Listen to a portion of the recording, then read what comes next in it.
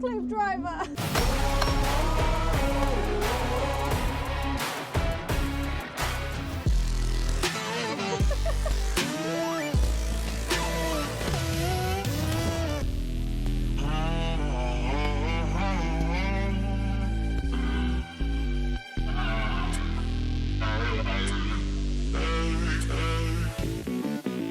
What is up everyone? Welcome back to the Dream Build Home series. Today's video is another episode filled with updates on our self-build project here in the UK. If you guys missed the previous episodes, my husband and I, Matt, have basically taken on the challenge to build a house, and that house has been taking probably about 2 years now to get to this stage. A lot of the things that you see here have actually been done either by myself and my husband or with helping hands of tradesmen, but our philosophy throughout all of this is to try and save as much money, so we do a lot of it ourselves. In the previous episode, I updated you guys on how this side of the house is looking. All of the bricks are finally on and it literally feels so good to see this finished. And in this video, there's going to be way more exciting updates. We're actually getting our downstairs doors finally installed after months and months of waiting for them, as well as the front door. So today's episode is going to be really exciting. I cannot wait. The first job that had to be done before the front door was installed was to pack out the trims around the door opening with some ply strips. This would give the correct opening size for the door we ordered and give the installers a nice flat fixing point for the door frame to actually get installed to. Matt was feeling a bit under the weather on this day and it had to be done, so I put my big boy pants on and I got to work. The door installers then came the next day and fitted this beauty from Arcade Doors. This really felt like such a monumental moment because we were one step closer to being completely weather tight.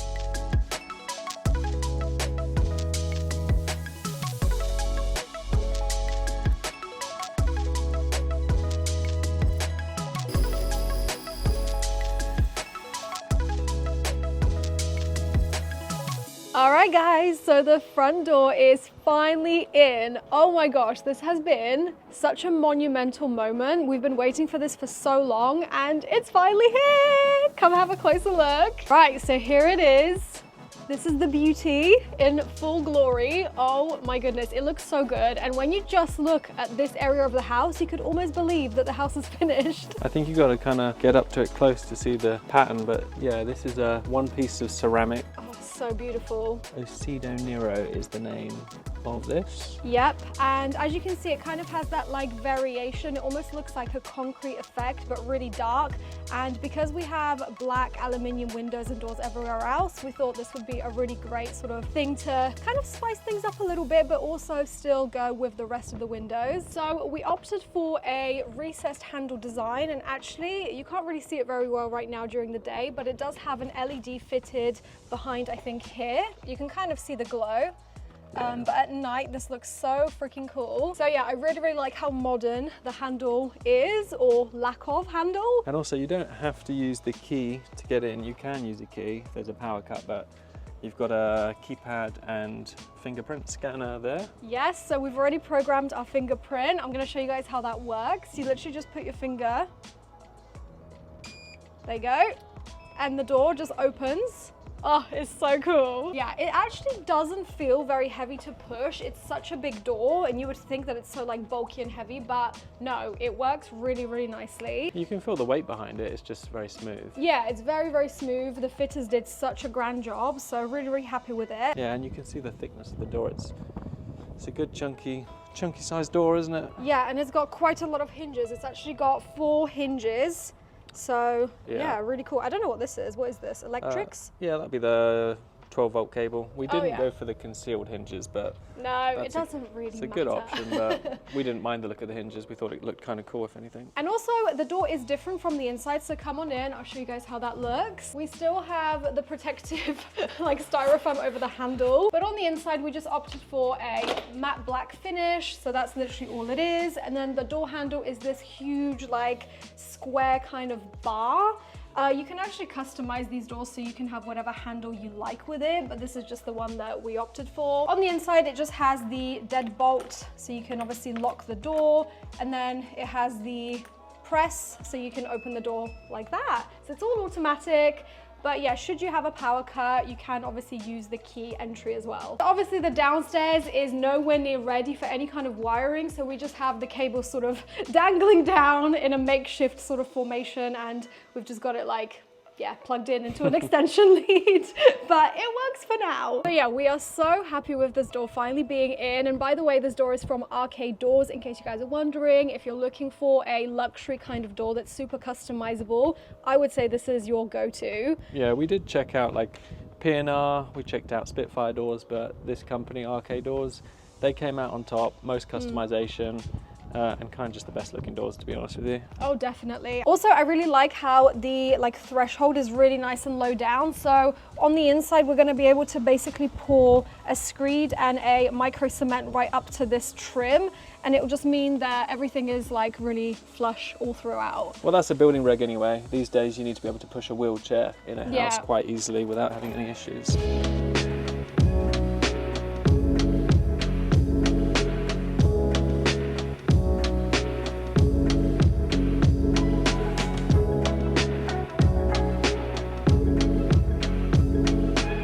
So this week we are finally getting our downstairs sliding doors put in too. So once these are in, the whole entire house will literally be watertight, which I'm so excited for because obviously autumn and winter is gonna just be right around the corner soon, and we really want to be starting to get to work down here to basically try and get all of this area to the same stage as we have it upstairs. The glass came on the back of a lorry bright and early, and it was time to offload it using the telehandler that we had to hire. Matt had operated telehandlers before when we had other deliveries such as the pallets of bricks for the exterior cladding, but nothing ever truly prepares you for the moment that you have to handle thousands of pounds worth of glass that could just so easily shatter to pieces with one wrong move.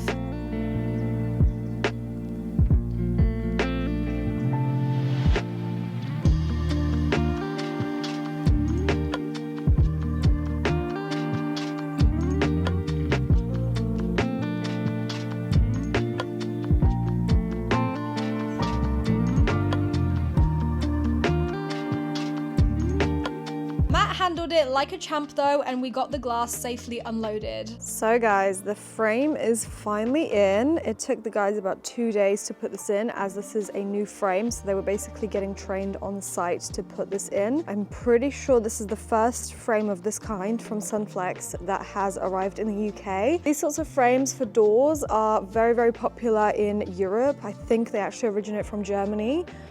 So yeah, this is really, really cool. We also have a digger right here because they're literally just about to put the glass in, so I thought I'd show you guys before. And they have also put this one in too. This one is slightly larger than the other one, so I'm sure it'll be a little bit more heavier and trickier to put the glass in. They're just currently discussing the best way to lift the glass that Matt offloaded the other day with the telehandler, because we don't have the telehandler on site anymore. So this might be a little bit tricky because these guys have to lift this by hand, and potentially with the help of the digger, but I guess we'll see. Soon. This is pretty dodgy. There's a lot of trust in that one strap. But I'm putting my faith in this man that he knows what he's doing.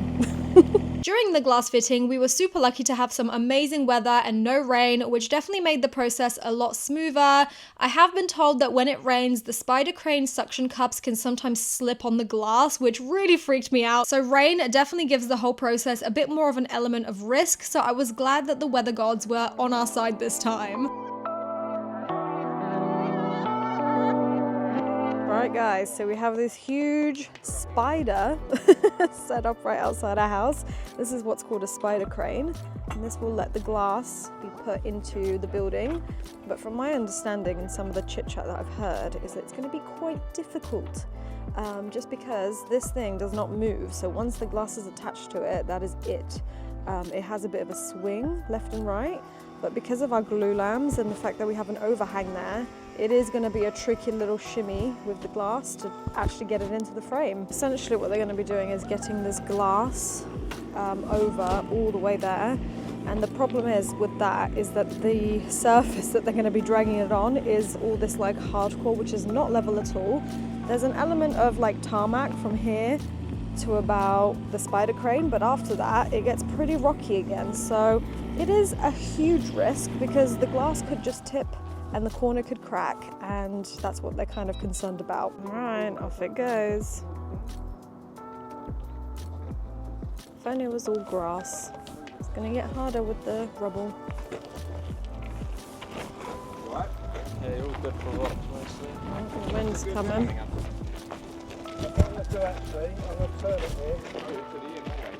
Back wheels are lifting a little bit. Brake on. Not gonna go, is it? On a bit of an incline there.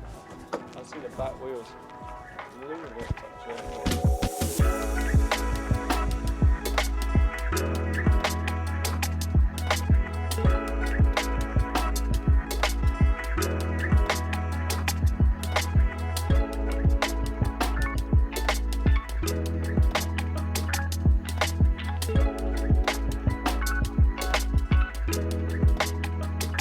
It took the guys a full day to fit the 4 panes of glass, and just when we thought it all went well, they noticed something. All right guys, so the glass is finally in the long wing, and it's looking so good.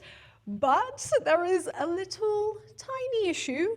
There is a chip in the glass right up there, which is very annoying.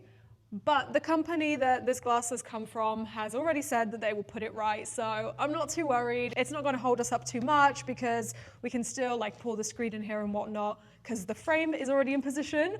But yeah, I mean, these things happen. It's just, yeah, obviously I'm going to document it for you guys even when things go south, but I'm not too worried in this case. Like last time it was really annoying when the doors came wrong because they were the wrong size and all that. But this time it's only a little chip, so they will be able to replace it. They're just getting ready to lift the next piece of glass for the other door, which will be for the cinema room.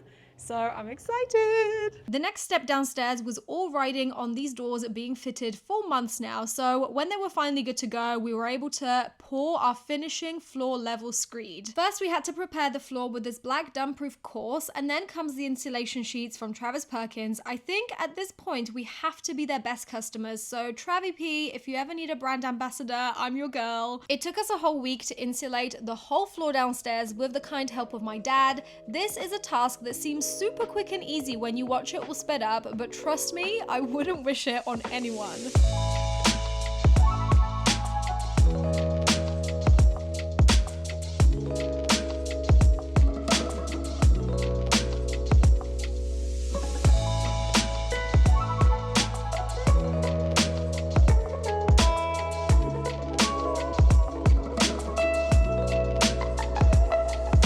After a long, tedious week and a lot of back pains, the insulation was finally down everywhere downstairs. It was then covered with another layer of damp-proof course, basically sandwiching it all like an Oreo, and it then meant that we could start laying down the pipes for our underfloor heating on top of it. Again, the underfloor heating was a mammoth of a task. So guys, we are second day into doing the underfloor heating, and as you can see, it looks really, really cool.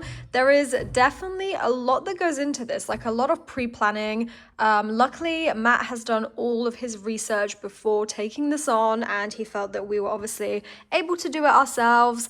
It's definitely one of those jobs that's easier with 3 people because every person has their own little job. It's quite repetitive. My job is doing the spacing. So I have like a little batten that basically I line up and make sure that the spacing is somewhat similar between each run. Matt's dad's job is unrolling the pipe because it is very easily like coilable. So if it kind of kinks, that is really not good for the pipe itself. And then Matt's job is going around and putting all these little clips in to hold it down to the insulation. This is the design that Matt did on a software called LoopCAD, and it basically shows you all the runs that we need to do for the whole entire underfloor heating system. There's a lot of designing here. Every single room has been accounted for heat loss and everything else. It's a pretty complex process, but Matt is so good at this kind of stuff. So like I said, we are 2 days into doing this now. Obviously there was a lot of prep work beforehand as well, like, you know, taping up all the areas there, making sure that the, you know, screed when it is finally poured isn't gonna like run into the wrong sort of areas. As you can see, we are almost done in the long wing. So far it's going good. Annoyingly, we have actually had a leak. One of the doors upstairs, literally right above this steel beam, has been installed incorrectly where the screws Oh, they're removed now, but there was screws literally where that black sort of paint is. Yeah, they were basically penetrating through the membrane and through the steel, and it was just pretty much running down the screw and onto this floor here. But the door company is back today and they're trying to put it right, so that's all that matters. As long as it's waterproof by the end of this, we're all good. So because of that, we've now had to push the screeding back by a week, which kind of pushes everything else back, and yeah, it's just very, very annoying. But, you know, these things happen. Right guys, so we are pressing on with the underfloor heating, but there's been a minor setback. It feels like just when we get somewhere, we always have to take a couple of steps back. Wouldn't be a house built without those mishaps. So we've actually had a leak in this window here. They took both of the windows down from the bottom, and then we found out that all of the wood on either side of here and here is gone completely rotten. It was all wet. This is all swollen. And basically we need to pretty much strip off all this metal that has been done here because it has been done to a poor standard, which means that all of the water is leaking in from the sides and into the building. And it's a bit of a bummer because, yeah, it feels like, you know, just when we were getting somewhere, we have to undo a bunch of work and have it redone. So that's a real nightmare. It definitely looks a lot better on camera because you can't see the poor silicone joins everywhere, but up close it's kind of tragic, to be honest. Like over there, you see that silicone literally just there. It looks awful. I feel like a lot of the time people don't document the bad things of, you know, building your own house, but these things do happen. So yeah, just thought I would check in with you guys because Matt and I are feeling very, very deflated right now. Thing is though, if you didn't laugh about it, you'd probably cry. So, you know, just kind of have to push through and yeah, take it on the chin because it is a nightmare, but you know, we'll get it sorted. Once it was all finished, it was then time to pour the screed, which was super exciting. We actually outsourced a company to do this for us because it does need to be millimeter accurate. To be honest, I am sure we could have done this ourselves since we dug and poured our entire foundations for this whole house and it ended up being literally millimeter perfect. But it was just one task we kind of had to let go just to preserve our mental and physical health because at this point we were literally working for like a whole month getting all this prep work done. And let's just say knackered was an understatement.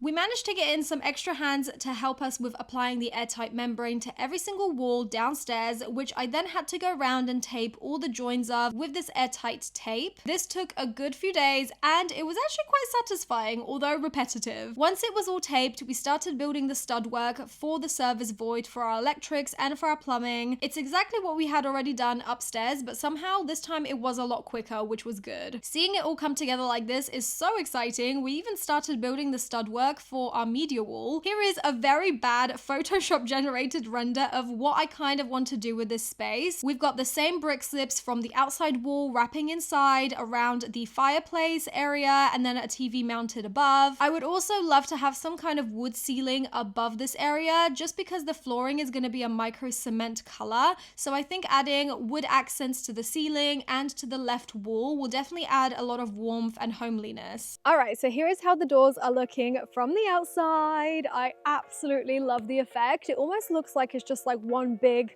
rectangle of glass from top to bottom. Obviously we still have the balcony to finish, but yeah, it's definitely looking a lot more finished than it ever did. Let's go on inside and I'll show you guys the screed. These doors are super heavy, but they literally glide like butter on these tracks, so I'm really, really pleased. Also, as you guys can see, the threshold is basically going to be flush with the inside to outside, so when our micro cement gets poured, it'll basically be up to like this line here, and then we're going to try and do the same thing on the outside, so you will just be able to walk straight through without actually having to step over the threshold. So this is how the long wing is looking now with the poured screed. I really like this color actually. I think when we do come to do the actual flooring, which will be the micro cement, we'll probably opt for a very similar color to this. And yeah, I really just love this space now. I almost feel like I could just plonk a sofa in and just move right in. As you can see, we have already started doing the media wall. We haven't actually finished doing the stud work for it because we're still not entirely sure what model of fireplace we're gonna get in here, but whatever it is definitely gonna be like 2 meters wide at least. And then we have plonked a little bit of cement board on top because the bricks that we have are the same ones that we used on the outside, which are these. So they actually have to adhere to a cement board. So they'll basically just be going around like this. The wall will basically span from inside to outside, making it look like one continuous brick wall, which I think is gonna look so cool. So in here, what there is left to do in order to get it ready for plumbing and electrics, which is so exciting, we basically have to do all these blind boxes, which are the concealed boxes for the blinds, and we have to basically do that for every single window, and some are trickier than others because, for example, in this area here there's like a mitre join that's going to have to be done. So yeah, it takes a long time. It's probably going to take like half a day just to do this one section. But that is all for today's episode of the Dream Build Home series. I really hope you guys enjoyed seeing all the different updates. I feel like in the last couple of months, so much got done. So I'm really excited to basically see what the next steps will be in future episodes. So stay tuned. Thanks so much for watching, and I'll see you guys in the next episode. Bye. Mwah.